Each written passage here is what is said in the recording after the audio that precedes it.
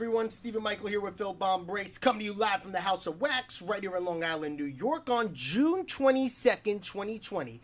The time is 12:34 p.m. Eastern, and I'm here with my co-host, Louis Zolo. What is up, Lou? What's going on, man?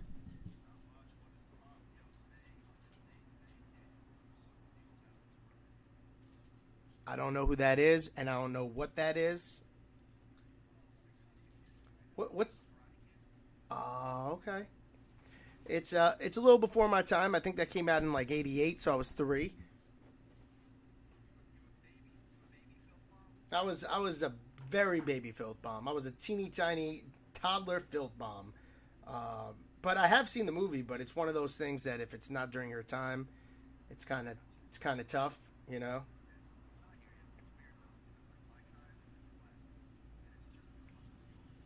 Yeah, you know what my time was? Mighty Ducks. Yeah, that was my time. That came out in like the early '90s. I was like 7, 8. Julie the Cat Gaffney. I was like, damn, Shorty's cute. Yeah, even Sandlot was like, wasn't that was like before Mighty Ducks, wasn't it? Yeah, I guess. I'd have to. I was born in '85. No. No, that can't be me. That's because your thing got jacked up again.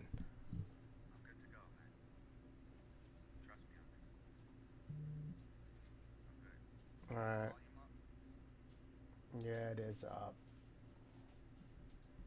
Keep talking. I think I know what it is. I think I have a fix. What is it?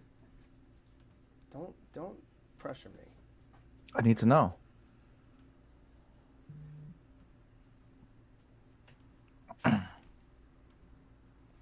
Talk.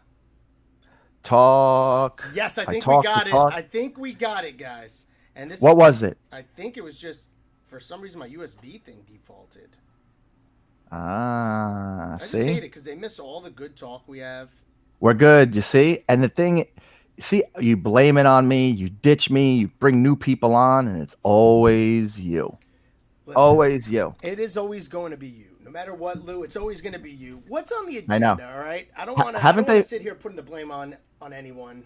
All right, we're going to say what's up to everybody in the room first because I always forget. We got Noah Carbone, Mike McFarland, Heath Tarando's up in here. What's up with that? That's an accident. It must have been a random click on. Mike Mesco. We got the Schwartz, Baslov. All right, let's start rocking.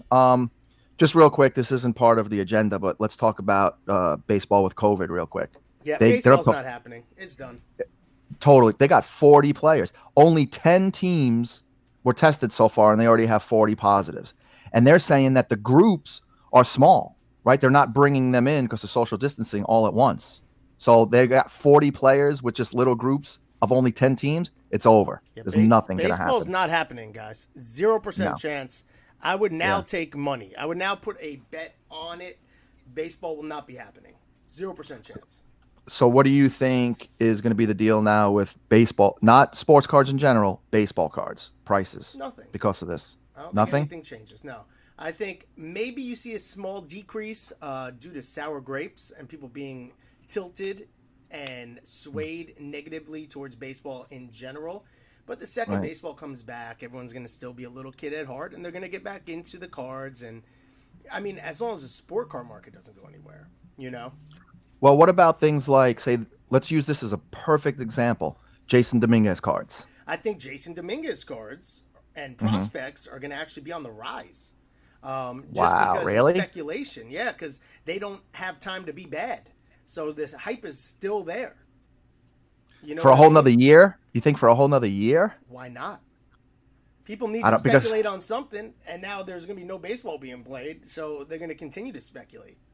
because right now, for instance, the way Jason Dominguez cards are selling, if we wait another year, by the time that happens, every Jason Dominguez card is going to be worth what that Puig superfractor was worth in 2013. Remember that? It was like a craze. Everybody's going nuts. Yeah, what's wrong with the And Puig? I think he's a stud. because it went for like 50 G's You're and now it's joking. probably worth like five. Puig is Huh? basura. Yeah. So let's see. Argabright, You know what's what? up? Can I He's just in say here. this, not to be mean? Dave Thomas. Wait. We got to say hello to Dave Thomas because Dave Thomas was all amped up because he was going to get to talk. Bring him on the show for a little bit today. Yeah, you totally murphed him. Poor guy was all excited, and then you couldn't hear him either. He got a once-in-a-lifetime call, and you blew it. All right, so here's the thing. First off, I hate to be mean. I think that Yasiel Puig is a perfect fit for the New York Mets. Like, he defines what a New York Met player is, isn't he? Like, he looks like him and Cespedes together are just perfect Mets, aren't they? Aren't they just the typical Met? Jose Reyes. Get Reyes, Puig, and Cespedes on the same team. And Cano now? Woo! You're in for a World Series title there. And Pete Alonso, who could read just as good as Puig. Oh, we are going to be in for it. I like Puig. I think Puig's good.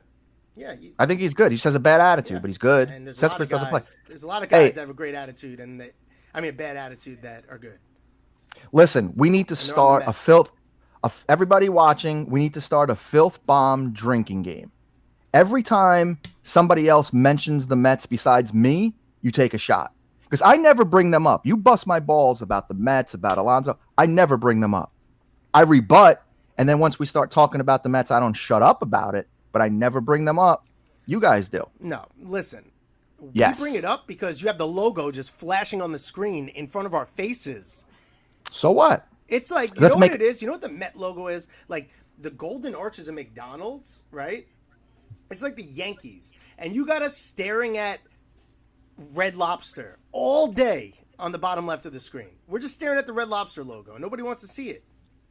All right. We need to figure, I don't know yet, but whoever is listening, come up with some sort of game where if I lose, it'll be like a bet and I will switch. And for one podcast, well, this is going to be tough, but I'll wear a Yankee hat. Wow. And also, you never put that poll up, by the way, of who would be a better manager. You just blow it. You're the worst podcast director of all time. Like you could be possibly the worst. Like if you turn on public access channels and you look at those garbage shows, like they have better producers than Filthbomb has right now, and I'm really disappointed.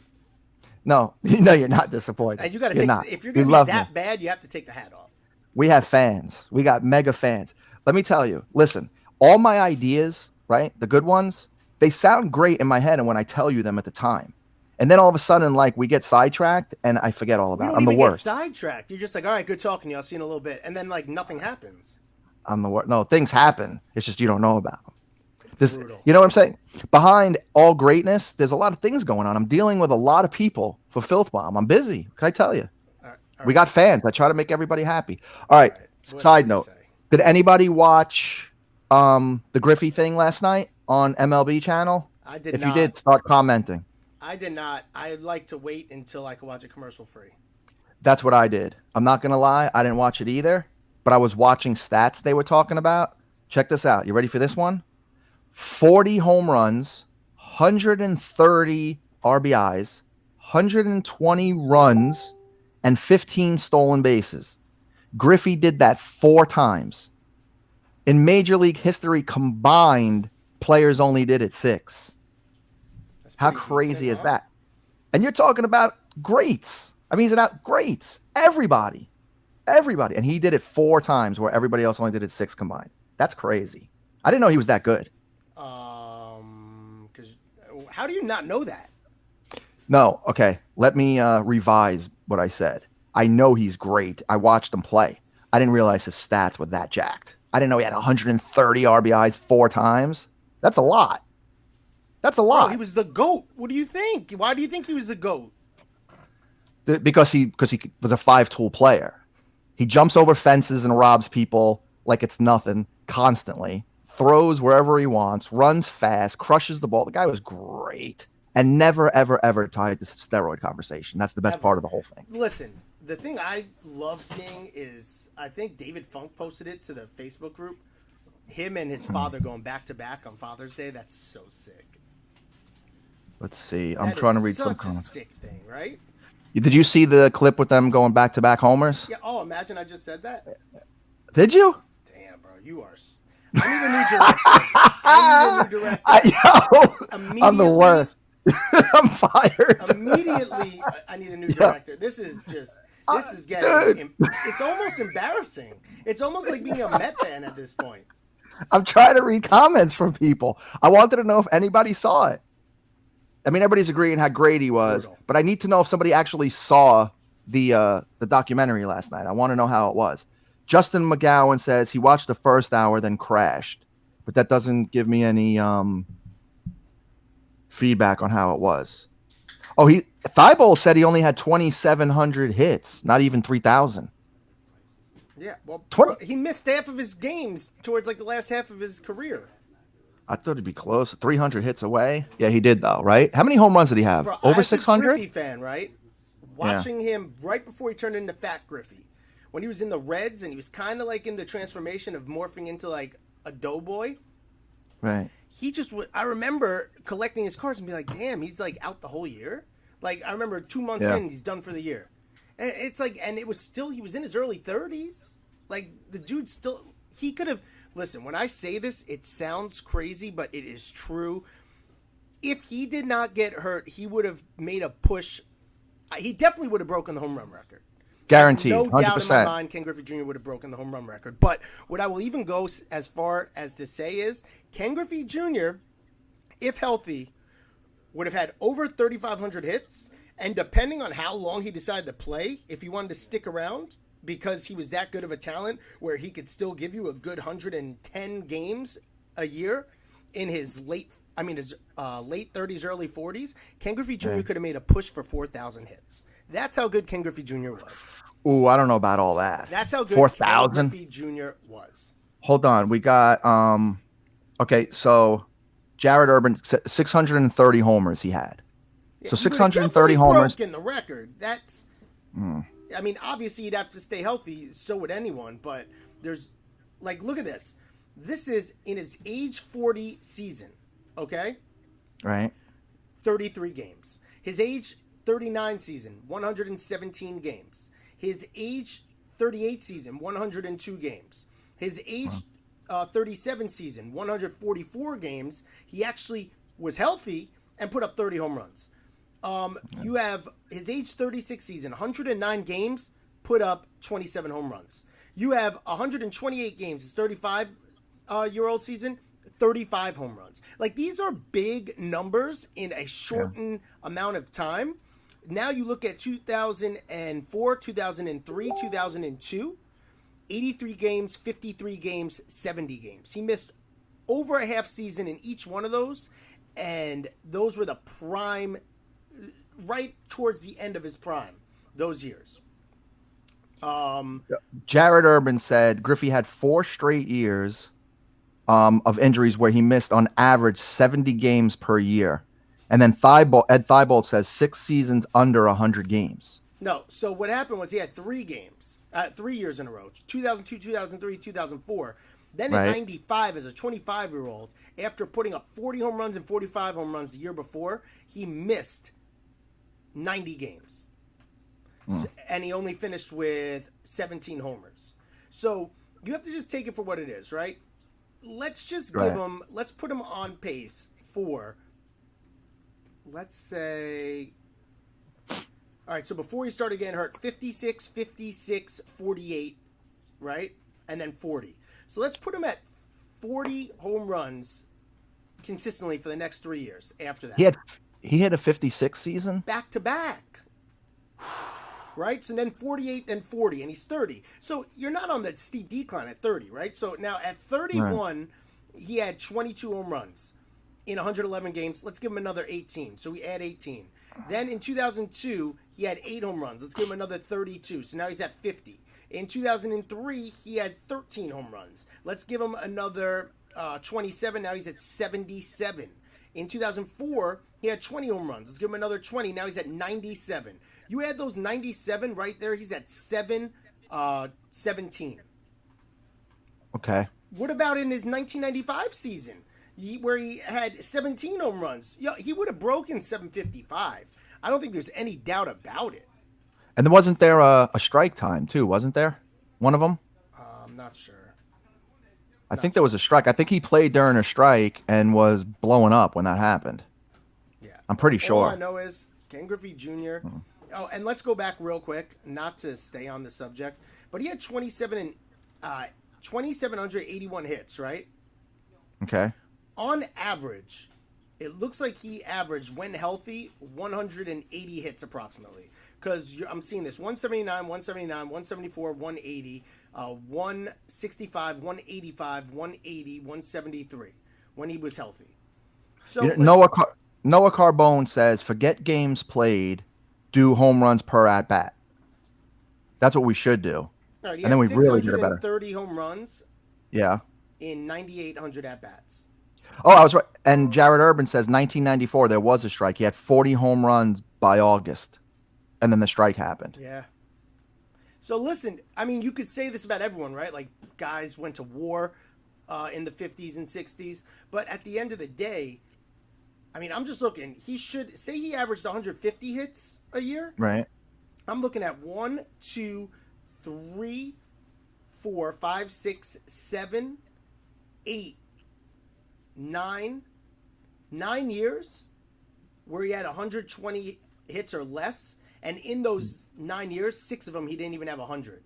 So my man would have made. I think he would have hit 3,500 hits. He would have had 3,500 hits. Like, it's crazy. Not 4,000. I mean, that's what I'm saying. If he decided to stick around, like he went out with 18 hits. No, at crazy, age 40. crazy. I know. I'm with you. I get it. I mean, insane. I'm just saying, not 4,000. Like Pete Rose is the guy. That's just it. I'm just saying, if Nobody anyone was said going to be the next guy, it was him. And you think anybody's going to ever hit 4,000 now? No. Ever? No. Never again, right? No. Yeah. I don't think the game is tailored towards those type of players anymore. No one's out there trying to get hits. 630 homers, 1,836 RBIs. So he actually has a good ratio of actually driving runs in, even when he's not hitting home runs, which is a big thing. Could very well be the GOAT. Like it's just you can't predict. Like if Trout dies tomorrow, knock on wood, because I'll be broke and I love him, but you can't say he would be the GOAT either. But he has the numbers to prove that he is the GOAT. You know what I mean? Yeah. So if Trout stays healthy for another 8 years, he's gonna be the GOAT if he puts up anywhere near what he's putting up right now. Like it's a fact. But injuries play such a big role in careers and define. Like Tom Brady could have got hurt. You know what I mean? And then you wouldn't have seen 3 of those Super Bowls.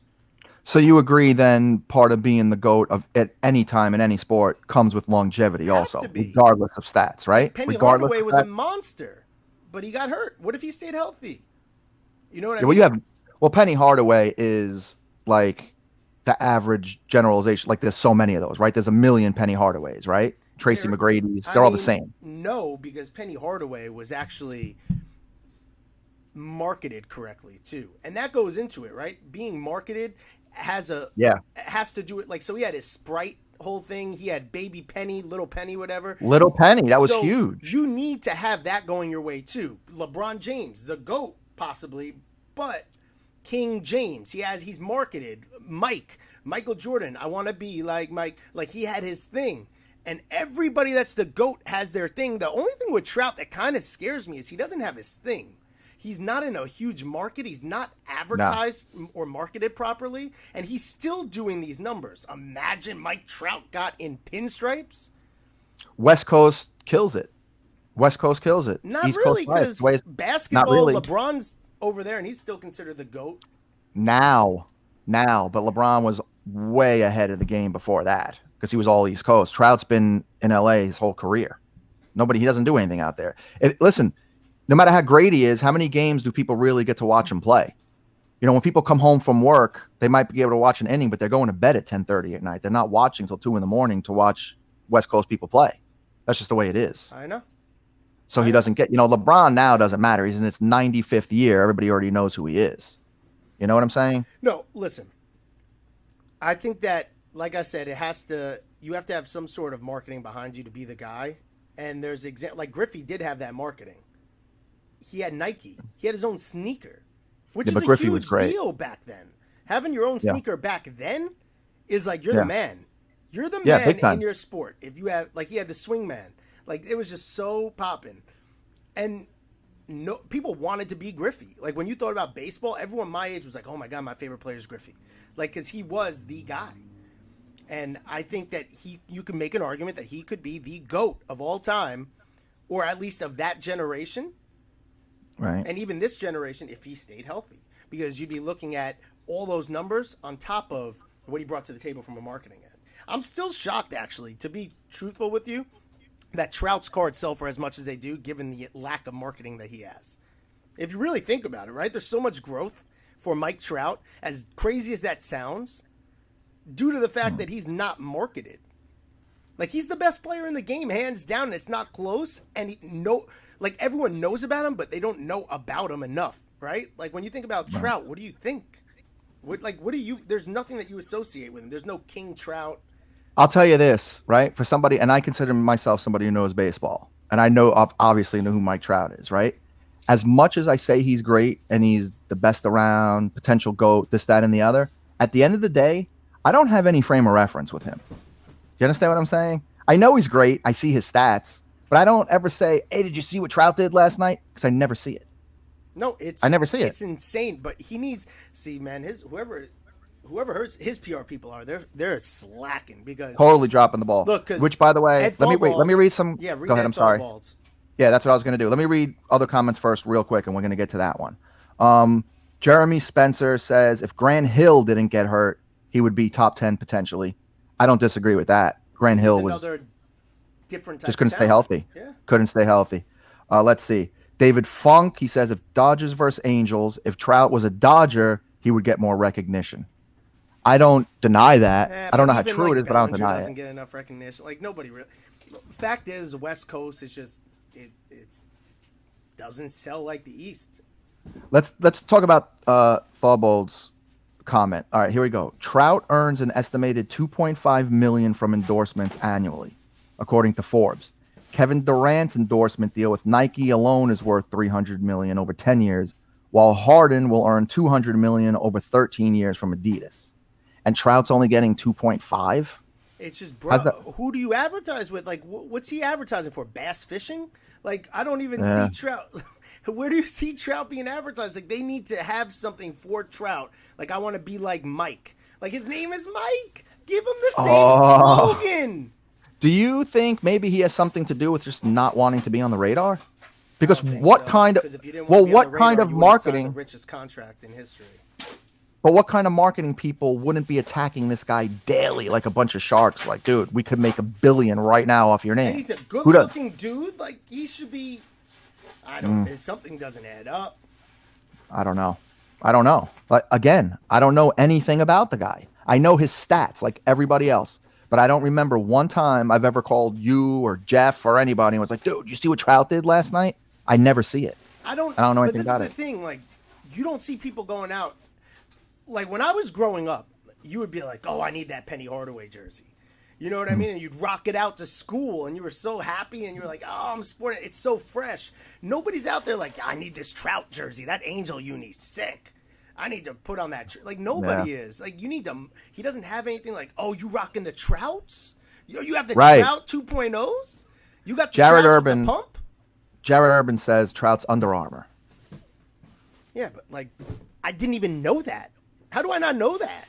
Trout has Nike cleats. Rick, how do you say his name? Larrabee? That's what he says. Yeah. But like, how do I not know that then? I don't know. I don't even see Trout cleats. I've never seen anything. I don't ever see it. When I was younger, I saw commercials for the Swingman. And like, everyone wanted to be Griffey. Oh, I like this analogy. Jason Smith says he is the Tim Duncan of MLB. I like that. Do you? I think that's true. Yeah, but Tim Duncan didn't sell. That's his point. That's what he's saying. But Trout sells. Still, he's the highest. He sells more than any other baseball player. So it's just, my point is, as far as sports cards, Tim Duncan didn't sell in sports cards. Right. So it's like he's not. Everyone knows he's a GOAT, but he could go so much further than he is right now. Like, his stuff should be priced way more than it is right now. Oh, Jared Urban retraction. He goes, he's wrong. It was Nike, not Under Armour. So I guess that Nike cleat thing is just Nike then. Yeah, but what is it? Like, the Nike I don't know. Trout. until these comments, we learn stuff too, right? Until live comments, I never seen a trout anything as far as marketing goes. But ever. I knew more about the Steph Curry kicks than I knew about the trout, because there was like funny memes of like the grandma falling over from the what's that commercial? Rescue Me, whatever, where the lifeguard, and she was falling over with the white kicks, and they were comparing her to Steph Curry's shoes. Like, there's not even anything like that making fun of the trout stuff. So like, there's no brand awareness for trout. All right, anyway, we got carried off. Look, everyone says they got cleats. So let's see. All right. So, anyways, what else is on the agenda, Lou? Nothing. All right, I'll talk to you I later. wanted to leave. I wanted to leave it open forum, and I wanted to discuss see, how guys, could we. The worst program director in history. That is the answer they will give you. Hey, what's on the agenda? Oh no, nothing really. I was just leaving it up for public discussion. Like, how many times? Let me tell you how great I really am. Okay. The next thing on the actual agenda is talking about the ESPY Awards. But we're 20-something minutes in. We only get a half hour because you got to do your breaks, and I try to hook you up. But once again, I get sold out. Listen, guys, you see it with your own eyes. Out. You see how bad this podcast is, and you're looking at them in the bottom left. Let me tell you about this podcast. It is great. We're on our way to something huge, and everybody loves us. Our banter is phenomenal. Me dropping the ball on half the stuff is what brings its appeal. If I did everything right, nobody would watch this. Trust me. Oh, stop. Listen, my busting your balls, my annoying you, all that kind of stuff is what people love. Because I get under your. Open a box. They just said, by the way. Oh no! Yeah, they're only doing it because they know I can't see, and everybody loves to torment me. I don't know if there's anything I want to open though right now. I don't really think there's anything I want to open. Truthfully. What's in the box? Six Smith says, "Let me open them." I don't have any boxes to open. No, he wants you to make me open a box. Oh, make him open up a box. Oh, there's nothing right now that's catching my eye. I'm looking around. See, I can't even read properly. Breaks, man. Everything here is more for breaks. It's too volatile for personals. I can't even read properly. I thought he wanted me to open one. I'm the worst. See, Richard Eisenhower, he knows. He calls me to go. He knows what's up. Anybody who knows about sports knows what's up. Oh, Darren Palinkin says to be honest. It's okay. We got to have haters too. No, it's all right. They're not hating. They're just hating on you. That's my boy right there. What up, baby? What were we just talking about? I forgot. See, this is like terrible. There's no train of thought. You're just straight like you are Roy Hibbert. You're the Roy Hibbert of podcasting. Oh, Roy Hibbert? No, remember I want to be like the Al Horford at least. No, remember that meme where there was a trash can next to the locker and they said Roy Hibbert after the game? Right. Let's see. What do we have? He's saying Stick Smith says open mosaic. Yeah, no, that's the most dangerous product. I opened one box up for a personal for myself. When I tell you I got Michael Jackson in that box, it was treacherous. And never again. Never. What does that mean, Michael Jackson? That's my new phrase for if you have a bad box. You got Michael Jackson. Oh, because it's bad? No. The other reasoning. That box. I must be an idiot. That box played with me. Now I get it. God, I'm slow. Yeah, dude, you should fire me. You should fire me. Straight up. Pretty bad. Yeah, I know. Seriously? There's people that get Michael Jackson, though, all day in breaks. And you know what? What? That's the name of the game. That's the nature of the beast. So it's not called skunking. It's getting called Michael Jackson. I like it. It's catchy. I like it. Yeah. Okay. So now what? Do you want to talk about this ESPY Awards, or do you want to do your breaks? All right, I will say Doesn't this. matter. We'll talk real quick about the ESPYs. I saw a part of it, and it was touching, and it was about the burn victim. Did you see that? Yes. Now that dude, was I saw awesome. it before. I can't watch. I was awesome. hysterical, like a baby. I was crying. That right there, it just shows you, like, when you wake up in the morning and you think you can't do it, you have no excuses ever. You never have an excuse. When you see somebody like that pushing through and persevering and actually making it, you have no excuse. Because even if you woke up tomorrow and you were missing a hand, you have no excuse because there's people out there doing it. Crazy. So it comes down to what's inside, baby. Do you have the heart? And my man had the heart. I loved it. And he got an ESPY. That was so sick. Dude, when I see he got the Arthur Ashe, right? Mm-hmm. When what do you call it? When I see stories like that, not only are they heartfelt, but I'll tell you personally, they just make me feel like, man, what am I doing with my life? How do I complain about anything ever? You know what I'm saying? Yeah. Like we all think we have hardships, but we really don't. I'll tell you what. know, People don't know this, and I'll put it out on the air. Like, I totally can relate to Kevin Love. I suffer from generalized anxiety disorder. It is something that so many people suffer from. So many people. I've suffered with this for my whole life.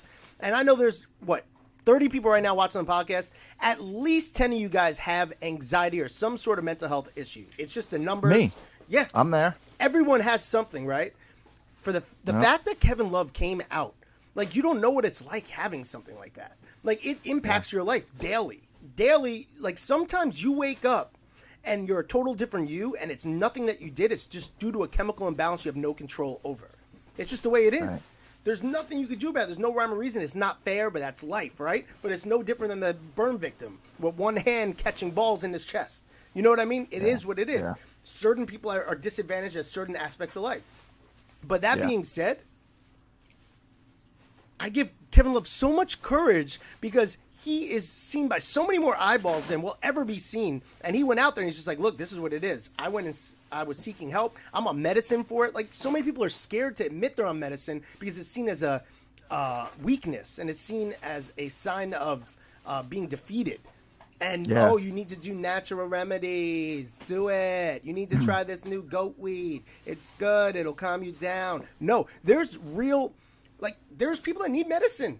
You have to have it. Otherwise, you can't function and you could potentially die. There's people that kill themselves.